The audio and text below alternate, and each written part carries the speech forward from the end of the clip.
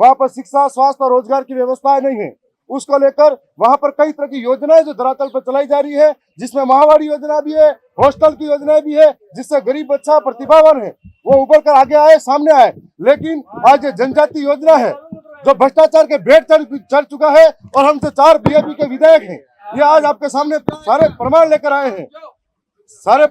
आए हैं, जिसके अंदर जो पिछली सरकार ने 500 करोड़ का बजट दिया था और फिर उसके बाद में इस बार सरकार ने पहला बजट जो पड़ा था उस बजट के अंदर 1500 करोड़ की घोषणा हुई थी।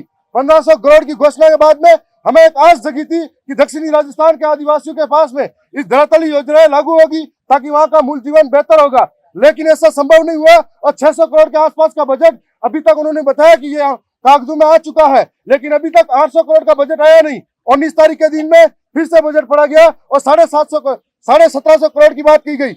इसमें बताया गया है कि हर एक जिले के अंदर अलग अलग तरीके से हॉस्टलों के अंदर घोटाला हुआ। जो बिस्किट पार्ले जी 5 रुपए में खरीदा जाता है, ये टीएडी विभाग के महान अनुभवी और महान लोग हैं जिन्होंने वो बिस्किट भी 5.5 रुपए में खरीदा।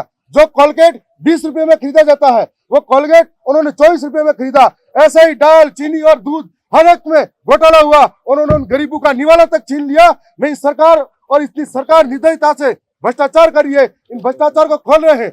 स्वच्छ परियोजना का जो नाम था, स्वच्छ परियोजना के नाम से कोऑर्डिनेटर लगाए जा रहे थे हर ब्लॉक में, लेकिन ये इनके भाजपा, ये जो अखबार की कटिंग बता रही है, भाजपा और मंत्री के कार्यकर्ताओं को इस स्वच्छ परियोजना के अंदर लगाया गया है। अब इस स्वच्छ परियोजना का नाम बदल देना चाहिए और भ्रष्ट परियोजना रख देनी चाहिए। इस प्रकार से आदिवासियों के साथ में अन्याय अत्याचार हो रहा है। और आज जो टीएडी मंत्री थे, जब झोपड़ी वाले मंत्री ऐसे कहते थे, झोपड़ी दिखाई गई थी इस मीडिया ने, तब हमें लगा कि ये झोपड़ी वाले मंत्री झोपड़ी वालों की बात समझेंगे, उनके दुख दर्द को समझेंगे, लेकिन झोपड़ी वाले मंत्री बनने के बाद में वो सारे दुख दर्द और गरीबों की बस्तियां भूल गए। और आज इसी तरीके से हम सारे लोग ये जो बजट का मामला है लेके आए हैं। और दूसरी बात, आपने 1750 करोड़ की बात कही है, आपने 1750 करोड़ टीएडी विभाग को देने की बात कही है, लेकिन टीएडी विभाग के नाम पर ऐसा कोई फिक्स नहीं बताया कि सिर्फ टीएडी विभाग करेगा। आपने सारे विभागों में बांट दिया, तो आप कैसे कह रहे हो कि हम जनजाति लोगों के लिए क्षेत्र के विकास में योगदान दे रहे हैं? तो टोटली भ्रष्टाचार हुआ है, हमारे साथ बहुत बड़ा कुटाराघात और धोखा हुआ है। ये सरकार